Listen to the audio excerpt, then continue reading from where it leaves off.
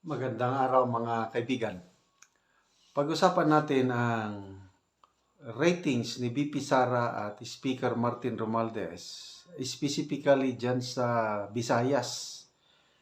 Kasi ang baluarte ni Speaker Martin Romualdez, Visayas. Dahil taga diyan siya, taga Leyte, no? May nabasa ako noon na manifesto of support, pinirmahan ng mga governors, mayors, mga local leaders sa Visayas. Ang daming pumirma na all-out support daw sila kay sa PPBM administration, specifically Speaker Martin Romualdez. Lumalabas ngayon sa latest survey ng Pulse Asia, mahina ang suporta ni Speaker Martin Romualdez sa Visayas. Malayong mas mataas ang rating ni VP Inday Sara. Malakas. Ang pinakamalakas ni VP Sara is Mindanao. 97% ang kanya rating sa Pulse Asia Survey.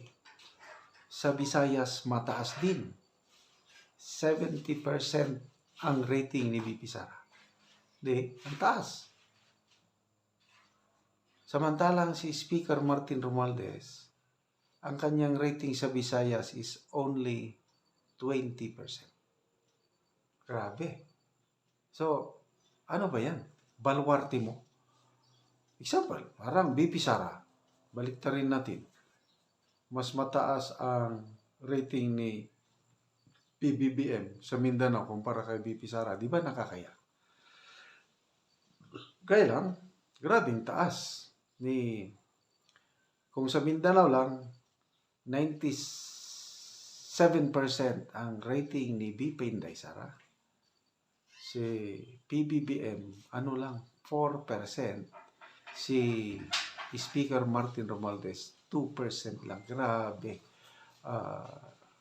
Grabe ang, I don't know, galit o pagkadismaya o ang imahe ni PBBM at Speaker Martin Romualdez sa Mindanao, wala na. Okay. Pati Visayas. Bakit? Kasi nga ang taas ni VP Sara sa Visayas, 70%. Si Speaker Martin Romualdez is only 20%. Si PBBM naman is only, 29%. Napakababa. So, lumalabas ngayon na itong si VP Inday Sara, ang kanyang baluarte is ito ng Visayas and Mindanao. So, Luzon na lang. Tignan natin. Another vlog ko na lang yung Luzon. Kasi ang Luzon, lumalabas na yan ang baluarte ni PBBM. But next vlog ko na lang. Okay. So, punta naman tayo sa isa pang topic. Yun bang pag-endorso ni VP Sara kay Senator Amy, may basbas ba si PRRD? Yan, malalaman natin dito kay Madam Hanilet Abansinya. Palagi siyang nagpapa-interview sa mga Pinoy na nandun araw-araw. Ang mga Pinoy nasa Duterte Park. Ang Duterte Park, yung harap ng detention facility. Yun na, tinawag ng Duterte Park. Okay, so ito, interview. Kumustahin natin si Tatay Digong at malalaman natin sa pamamagitan ni Ma'am Hanilet Abansinya. Ako, wala ko, pero pangadji ko, sigo pangadji. Pero kamo, adi kita mo undang. Di tayo. Kita mo undang, tama ang isutin mo. Ma'am, kamusta ka karon adlaw? Okay lang. Kamusta si tatay mo? Okay ra Lord. Oh, okay lang si Tatay Digong. Laban lang. Laban niya. Laban lang. Anong sabi niya? Istorya pa. Okay na siya. Nag-pray me. And hingingon na siya rin. Kagawas na ginagin siya. Wow! Makagawas good daw siya. Very positive thinking si Tatay Digong. Okay siya. Kaya lang, ang paniniwala ni Tatay Digong, makagawas makalabas daw siya sa kulungan. Oh, di ba? Napakagandang mensahe o balita. Makagawas daw si Tatay Digong. Manifest ko niya. Exactly, ma'am. So, okay ang loko. May okay magpunta na yung gamay. No. Kuan ma'am kanang Salamat ha. Basta ako pirmi kumagi ko ninyo. Kaya salamat. salamat po kayo ma'am. Ma'am nabay kanang nasulti si PRD o komento niya about sa pag-endorse ni DP kay Ivy. Wala siya nag-comment. Wala siya. But he's aware, ma'am. Awareness siya. Okay. Awareness. Awareness. Wala siya nag-comment. Ma'am, Sa imo, ma'am. opinion, ma'am. Ako wala lang to. Ako itago. Okay. Thank you, ma'am. Huwag makakita. May message si former president para sa iyong supporters, ma'am. Sa mga supporters, nagpaabot siya sa pasalamat o kanang padayon daw. Inaingnan yun niya mabuhay ang Pilipinas, mabuhay ang kabalo ka the word mabuhay, di ba? Mabuhay ang Pilipino.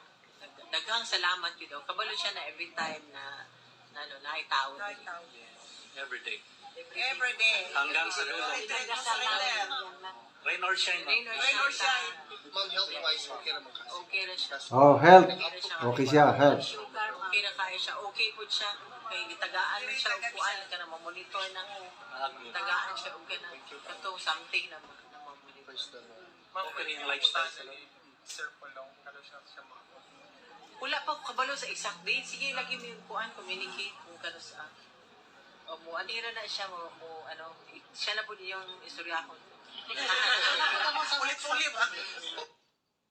Okay, so, yan po, okay si Tatay Digong, lumalaban siya, tayo, lalaban din daw, tuloy lang ang laban, positive ang faith ni Tatay Digong, makakalabas siya, okay ang kanyang health, alam ni Tatay Digong yung pag-endorse ni BP Sara kay Senator Amy, may bas-bas ibig sabihin. Kaya tayo, Duterte tayo, +2.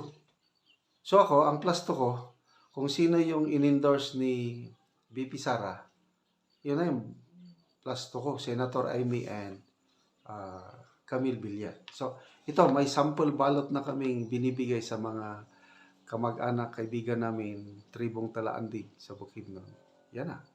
So, meron din kaming party list, Bisaya Gyud number 98. Yan ang aming party list. Okay, salamat mga kaibigan sa inyong pagsubaybay sa ating channel. Nakakatulong kayo ng malaki sa tribong Talaandig sa Bukidnon dahil ang sweldo natin sa channel nito ay tinutulong sa tribo, namimigay tayo ng mga yero at pako para ma-repair ang sira-sirang bahay ng tribong Talaandig. Panoorin nyo ang video na ito. Karon na anak ko sa balay ni tatay ug karon ako siyang bisitahon sa iyang balay. Muna ni ang atop ni tatay, nindot na gyud kaayo. Maingod to tay. Karon maayo na gyud ang atop ni tatay, di na gyud sa matuluan. Tatay unsay imong ika-istorya nga karon no? Di na ka maayo na gyud ang imong balay. Salamat sa Ginoo sa ako sa nailisan yun akong kuan atop nga tuluan. So, salamat sa nagtanaw sa video. Hinaot nga magpadayon kay daghan pa ang nanginahanglan. Oo. Nabira ka na mong mga pobre. Pila na day katuig data imong atop nga kadtong una? Sobra 30. Sobra na to 30 katuig. So karon ba ay pagid ka nag-atop og bag-o? Ay pa. So karon maayo na imong atop. Maayo na, salamat kayo. Oo. Pila na day tayo imong edad? 83. 83. Ay, ang kuan imong anak pila sad kabuk tay? Kuan raman tuluro man ang nabilin kay namatay naman tong kuan. Tulura ang nabilin nga imong anak. Tulura. Oo, so Minyo naman sad. nangaminyo na. Lagi tay ba? So ang inyong kuan tay, ikaw ra gyapon ka paningkamot sa inyong kuan karon. Ako ra gyapon nga Oo. mayo gani kay ang munisipyo medyo ga tabang gyapon. Senior citizen na day ka tay. Oh, sa mga senior. Ay, oo. karon bag-o na gyud ang atop ni tatay. Og nagpasalamat siya sa Ginoo sa nagtan-aw sa video nga siya ang natabangan og gero. Labi na nga sa iyang pangidaron nga 80 itris na siya. Og salamat kayo tay.